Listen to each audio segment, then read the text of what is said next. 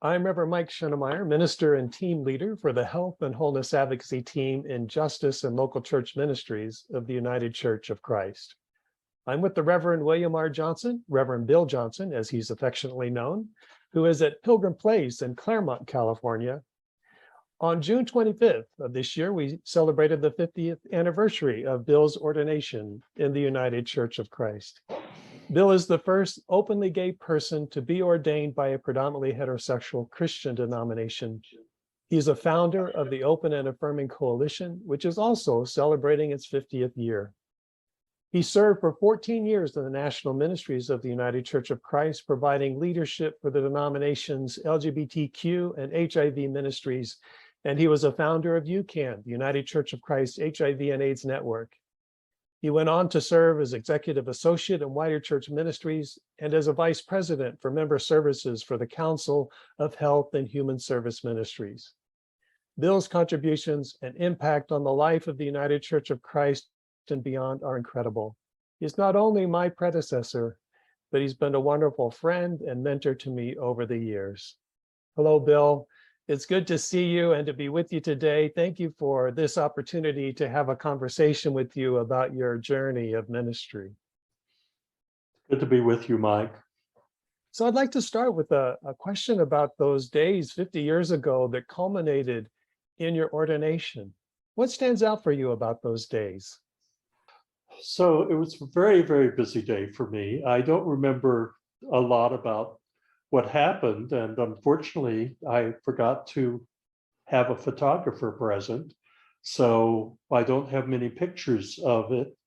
I do have photographs that were taken by the crew that was making the documentary film A Position of Faith, and those are pretty much the best pictures I have of the ordination itself. But what I remember most are two things about the ordination service.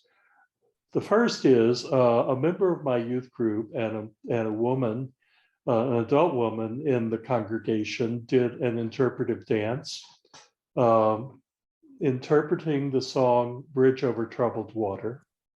And their message was that the Holy Spirit is a bridge over troubled water. The other thing that I remember that really was thrilling for me is my youth group. The youth group that I had served when I was youth pastor of that particular church formed a choir. And the song that they chose to sing was There's a New World Coming. And they did it with enthusiasm and belief that that was true. And that was a wonderful moment for me. And of course, there was also the laying on of hands, which is, anyone who's been ordained knows that that's a very powerful moment with the entire congregation participating in that. Well, anyone who's been ordained also knows that the journey to ordination has a lot of elements to it and some difficult parts.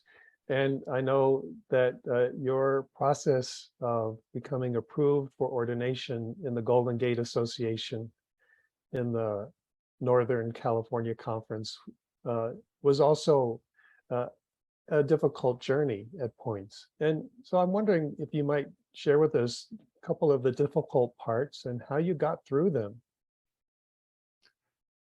Well, it began in a very hopeful way when I met with our church council to ask if they would if the church could sponsor my request for ordination, and they voted unanimously to do so.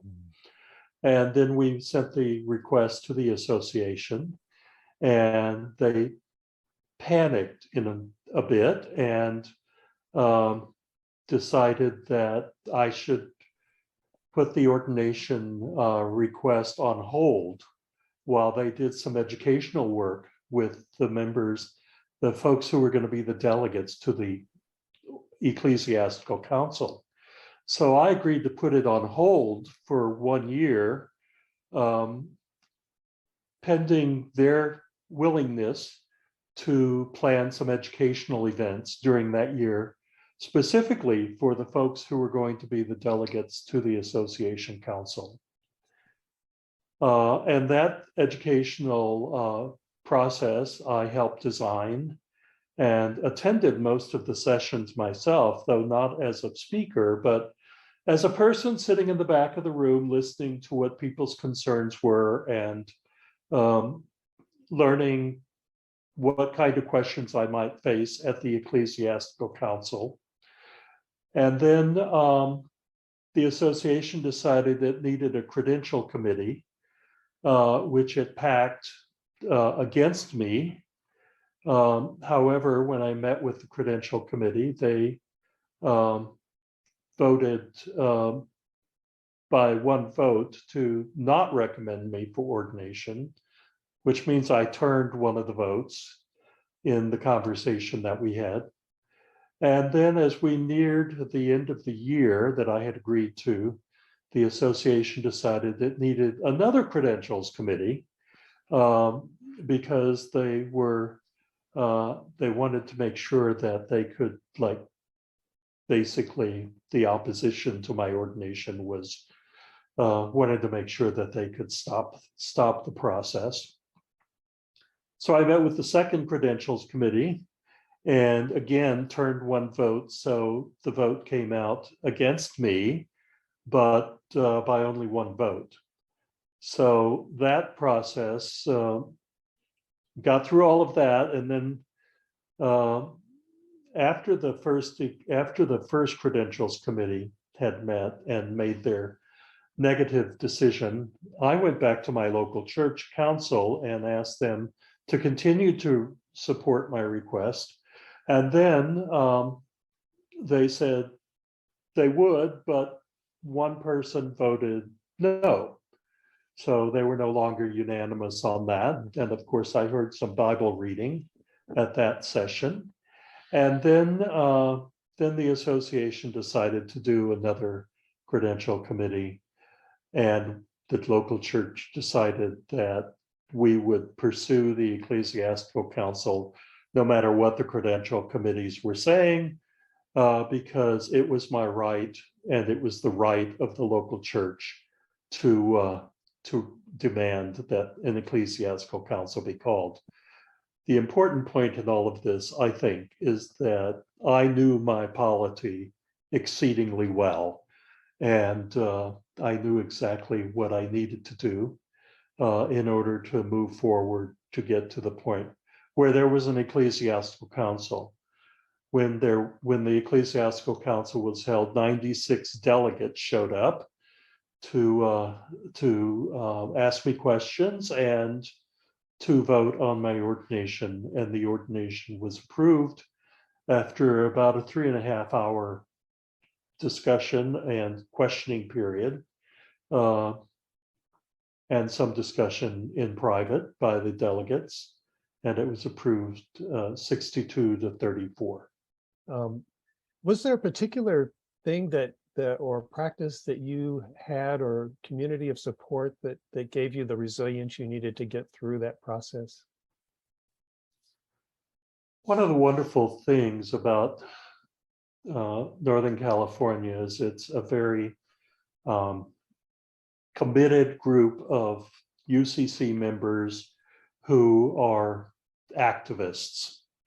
And I was fortunate because I was very involved in field work my entire time in in my seminary years, so therefore I was involved in the association and the conference meetings. So I was well known among the folks, the activist folks in the conference, and I suppose I was well known among the folks who were not such activists. However, I found a very natural community of support who, once they found out that I had come out at seminary on November 11th, 1970, who just gathered around me and reassured me constantly of their support and being willing to do whatever they could to be helpful. And eventually, these same people provided me with some financial resources because the day after I came out at seminary, I lost the job that I had working in a local church, and I didn't really have the resources to pay for the last year of my seminary education. So folks were being generous with their financial support, as well as their emotional, and I would say theological support. We had long conversations about many of the issues that people were struggled with, or problems I might face, or to make sure that we were ready to address whatever issues came up. And I spent a lot of time with those folks. Some of those folks comprised the people on the educational committee that we created to plan the educational forums for the association delegates. So all the way through, the community of support was extremely important. And I would say to any seminarian, no matter what you're facing, be sure you have a community that can give you emotional support as you go through the ordination process. And I know, Bill, you've shared with me that pastoral ministry has always been central to how you have lived out your call to ministry. And so I'm wondering, after your ordination came the founding of the coalition, and you were so very much involved in that, which was originally called the UCC Gay Caucus. And I'm wondering about that call to pastoral ministry and the role that played in the work that you did in those early days. There was no doubt when I graduated from seminary that what I wanted to do was to be a local church pastor. Pastoral ministry in the local church was very much in my heart, and it was my professional goal. Sometime after, we should acknowledge that I was called to a specific ministry. I had to be called to a specific ministry in order to request ordination. And that ministry was a house church ministry in Southern California Conference, where I coordinated a team of house church ministers and led the house church that they constituted, that they comprised, and helped them as they were reaching out to other people to start other house churches. When that ministry was over, I moved from LA to San Francisco. And one of the things I did was I talked with the conference minister about supply preaching in some of our local churches while I was seeking a call to a parish ministry. And his response to me was that he would not put me on the supply preaching list because, so far as he could tell, there was no local church that wanted me in their pulpit. That said to me, first of all, that while we had succeeded in attaining the ordination, there was a lot of educational work that still had to be done in the local churches, because we're talking about the local churches of Northern California, among the most progressive churches in the United Church of Christ. One of my activities, of course, in the house church ministry was spending a lot of time discussing and doing community organizing. And of course, part of our conversation was about my situation. And so it became sort of a second nature to me to think about community organizing among LGBTIQ people in the UCC. And people encouraged me to do that. And in December of 1972, I sent a letter out to a list of people that I knew.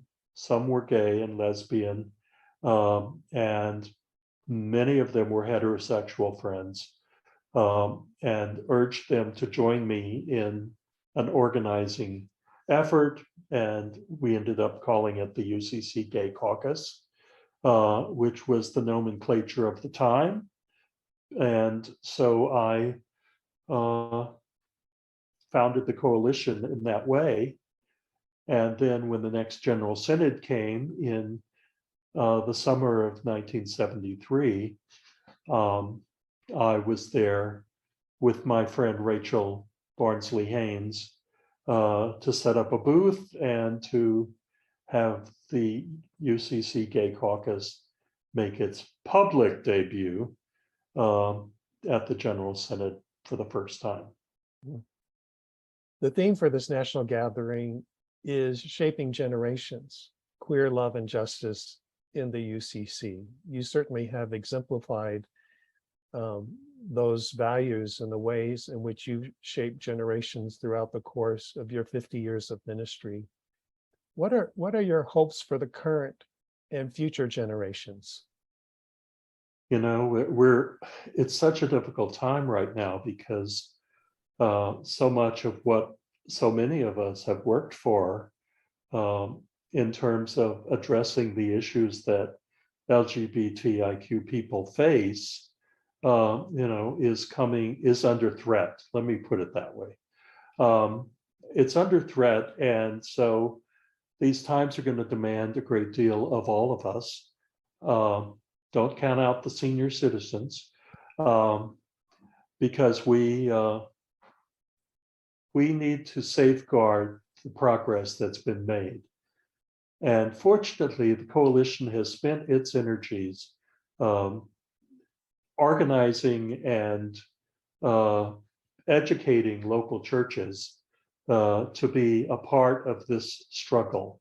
And as such, we have the opportunity now to remind local churches that they need to be involved in these struggles. In terms of what my hopes for the future are that people will stay connected, stay united in our coalition, and get active and give money. And I've been thinking this morning about how could we organize a get out the UCC vote campaign, because our members, the values of the United Church of Christ, are under threat in this political time. And our votes and our advocacy is more important now than ever before across the board,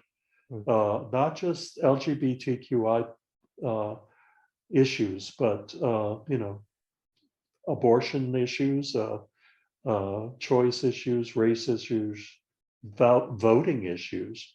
There's so much that we need to do, and I know the UCC is engaged in the struggle as it always has been.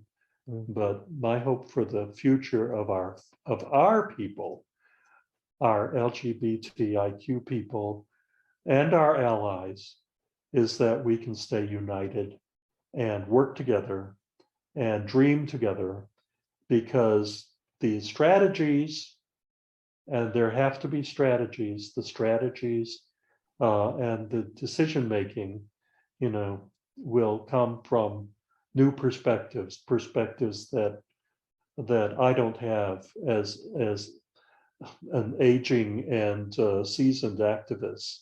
I want to know what the millennials think, and what they want to do, and what their priorities are. Well, Bill, it has been a delight to spend this time with you. Congratulations on the 50th anniversary of your ordination. You have been and continue to be an inspiration to so many of us. Thank you for your faithfulness to the church. Thank you for the generosity of your pastoral heart. Thank you for the power of your vision that has been a lifeline to so many and has moved the church and the world closer to realizing the vision of a just world for all. We love you, we hold you in great esteem, and with deep gratitude for how you have shaped generations of the United Church of Christ with queer love and justice. Thank you for being with us, Bill. Thank you, Mike.